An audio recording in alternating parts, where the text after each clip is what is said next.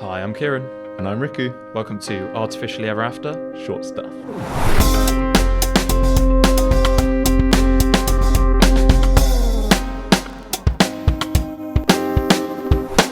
Okay, hi, welcome everyone. Thanks for tuning in. Back to our next Short Stuff episode, where today we're going to be talking about Elon Musk's anti-woke AI. So do you want to give us a bit more context, Riku, what are we talking about? So just 16 days ago. As of when we're recording. Yes, as of when we're recording. So I think it was February 17th, 2025.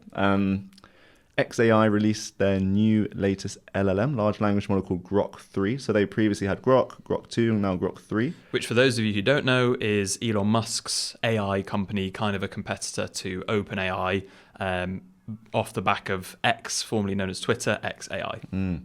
Yeah, and it's causing, well, we're talking about it because there have been some leaked documents on how they trained the AI. And that's kind of the central theme we want to talk about today and demystify is kind of what biases are going into the large language model that you choose to use. And there's been a lot of news articles come out about what it means to have these documents leaked and how the model's being trained. So let's get into it. Let's do it. Cool. So one special thing about XAI is they have this data center called Colossus. And sounds big. It's big. In fact, it's the biggest in the world. Oh, so, wow. Yeah, it's got over 200,000 NVIDIA GPUs. So these are the H100. Yeah, I think they're the second best GPU now available, aren't they? Anyway, each one costs around $30,000, and they have over 200,000. So if you just add that up, it's a lot of money. It's at least $3 billion just for the GPUs. Wow. Not including all the concrete and all the water that you need for this thing. That is crazy. So just to compare that to Grok 2, their previous model, that's over 10 times the compute power. It has 8 times the context length of the previous model. So it can now take in 1 million tokens, which is 250,000 words. If you've read Harry Potter, the longest Harry Potter book is Order of the Phoenix, has exactly the same context length. So wow, so it could in theory look at the whole of that book and I think now that they're getting really good at actually understanding specific details within that context too, so it can pluck out like specific words from that context. Yeah, exactly. And it's caused a bit of a storm because Grok, in the release of Grok 3 on their website, they say, oh, look at Grok 3, it's outperforming all the other large language models. So over 5 of the main benchmarks, so some data sets where they give the LM some questions, some problems, and the LM solves them.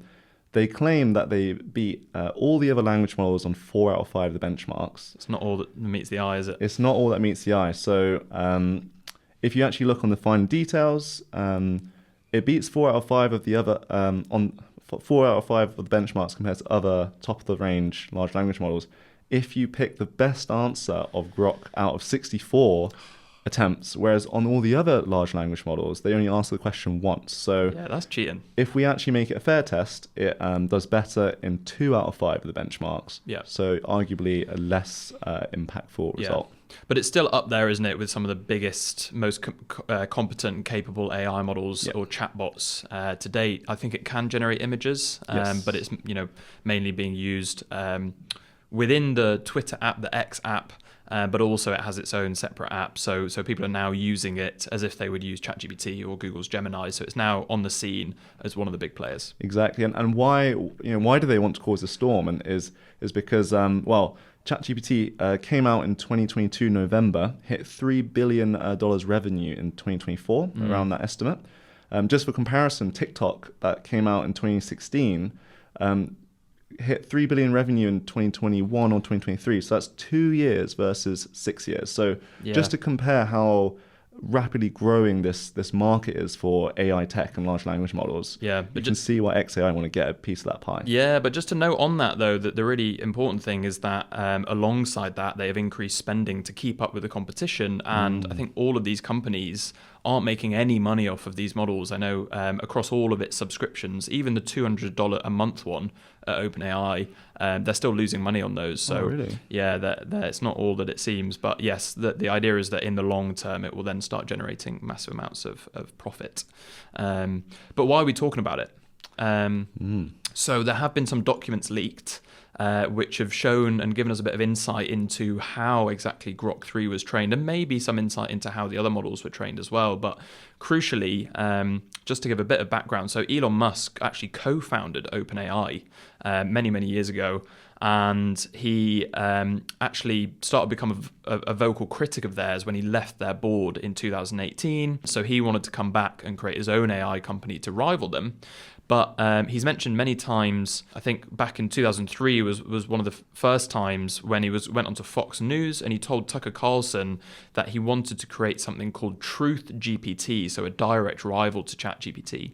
And that Truth GPT has later gone on to become Grok. So that's where that has come from. And Elon said that he wanted to create this AI that was maximally truth-seeking, and he was claiming that all these other models were being very heavily biased due to where they were being developed in the world, and he wanted to create one that was very unbiased. Sadly, that's not how things have panned out, because some internal documents from XAI that have been reviewed by Business Insider, and they've published loads of articles about this, they basically found these documents, and they also interviewed 7 current and former employees, and they basically revealed how XAI has this massive army of model tutors, so people that are kind of helping to train these big AI models. And they basically worked to carry out Elon Musk's vision of making like an anti-woke AI model, because he claims that OpenAI's models and Google's models are extremely woke. And yeah, basically these tutors, as they're employed and hired by XAI, they're given this internal document, and they're told to specifically look out for kind of quote unquote woke ideology, and cancel culture is another one. They define wokeness as being aware and actively attentive to important societal facts and issues. And then in brackets, especially issues of racial and social injustice. So they're particularly keeping an eye out for topics that kind of go into that category. And they basically say in the document that even though it is important to understand societal issues, wokeness has become a breeding ground for bias, is the claim that is being made. And in that same document, some of the key points that these kind of reviewers and annotators are told to continuously go back to kind of define what values XAI is looking to stick by. And they sound quite good on face value. So some of them are, the first one is to respect human life. We're on team human. Be unbiased. Allow personal freedom as a guiding principle. Be witty and humorous, in brackets, at appropriate moments. Uphold freedom of speech. Do not follow popular narratives uncritically.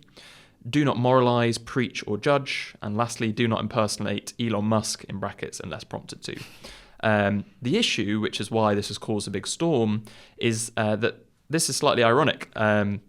We've seen since this model has been released and people are actually now using it and interacting with it, that rather than going to a place of being as unbiased as possible and maximally truth-seeking, it's definitely swung quite far the other direction in being censoring and biased towards kind of right-wing views. So, for example, there was a user who gave it a prompt and asked, who is the biggest disinformation spreader on X, formerly known as Twitter?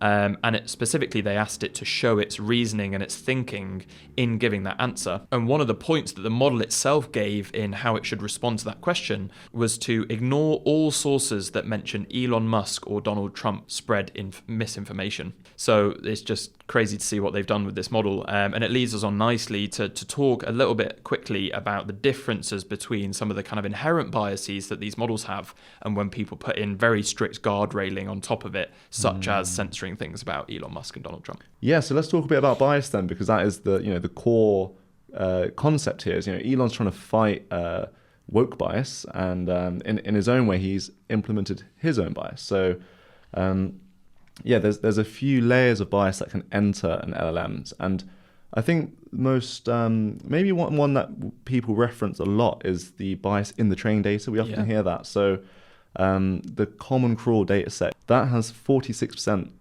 of its text is actually in the English language. So straight away we can see that given that language and culture are so entwined, you're going to see a lot more English values in these large language Western models. values predominantly, Yes, English speaking, values. And the next most common languages are German, Russian, Japanese, French, Spanish, and Chinese, each of which have less than 6% of their text as their language. And then the other big one is the types of people that are representing that data as well. So the people that are more inclined to go onto the internet, spend time on the internet, share their thoughts on the internet, which are kind of wealthier people, aren't they, of predominantly male. Yeah, exactly. But I found a really interesting quote actually on the other side of the bias that goes into LLMs, which is more the one that Elon's trying to address or used to address is the RLHF, so reinforcement learning human feedback. The way this works is you basically give a load of the outputs to humans, they read them, and they rank them under some kind of system.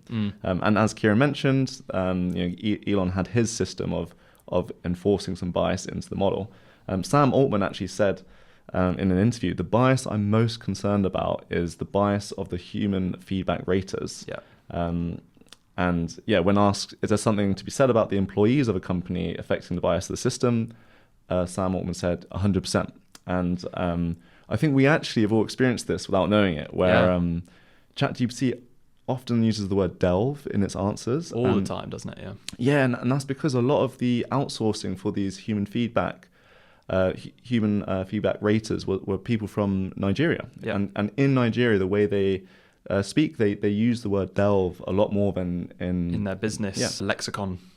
Yes, and I'll quickly go through a little study. There's a benchmark called Cultural Bench, which goes through basically a load of different cultures around the world, some facts about how they greet people and just their general traditions.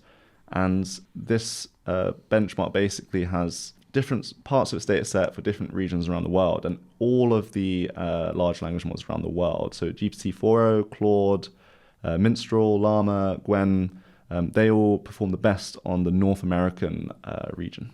Wow. Compared to the others. Really interesting. And just lastly, to sort of, look at the kind of wider perspective and realize why this is an important topic to talk about.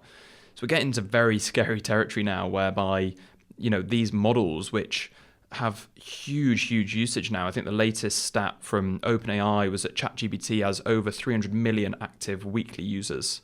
And there are, a ton of people on Twitter as well, or X, that can... I think it's 300 million active daily users that can go and use Grok now for free. And essentially these tools are being used as political machines and misinformation tools.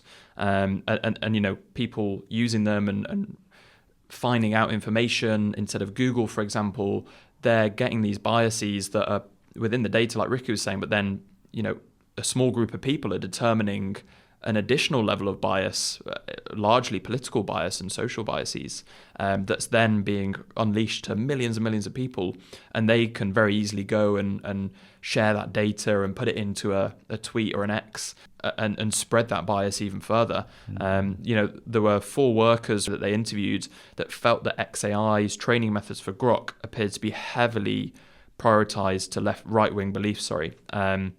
One worker even said that the general idea seems to be that we're training the MAGA, Make America Great Again version of ChatGPT. So basically for helping with Donald Trump's presidency, and even he's been found using some of the generated prompts and images that have come out of Grok and posted that on his Truth Social. So it's getting very, very politicized, which is a concerning thought.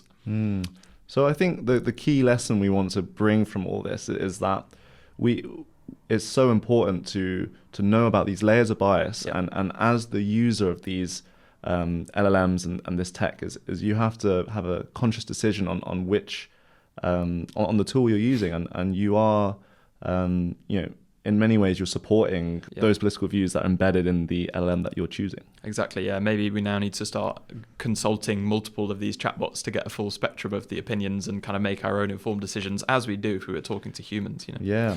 Wow, super interesting. Yeah, super cool. Well, we hope that kind of filled you in on what's going on there and what we meant by anti-woke AI. But yeah, please stay tuned. We hope you enjoyed that. And yeah, we'll catch you next time.